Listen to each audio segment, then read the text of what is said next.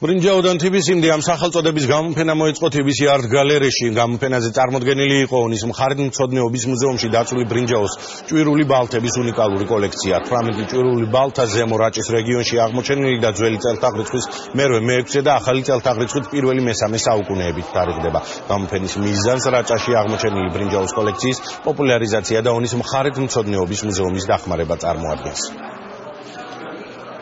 დღევანდელი ღონისძიება მნიშვნელოვანია გარდა თავისი მხატვრული კულტუროლოგიური მნიშვნელობისა, ძალიან მნიშვნელოვანია იმით, რომ ეს არის ბრწყინვალე მაგალითი თუ როგორ იზიარებს კერძო სექტორი სოციალურ პასუხისმგებლობას,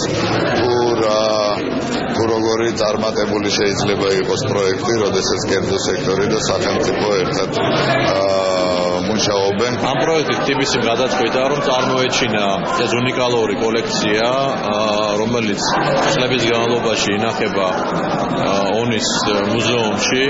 ეს არის უნიკალური იმ კუთხითაც, რომ მსგავსი ასლები არის მეტროპოლიტენის და მსოფლიოს სხვა სამყარო მუზეუმებში. ჩვენ მინდოდა გაგვეცნო ფართო საზოგადოებისთვის ეს 18 არტეფაქტი,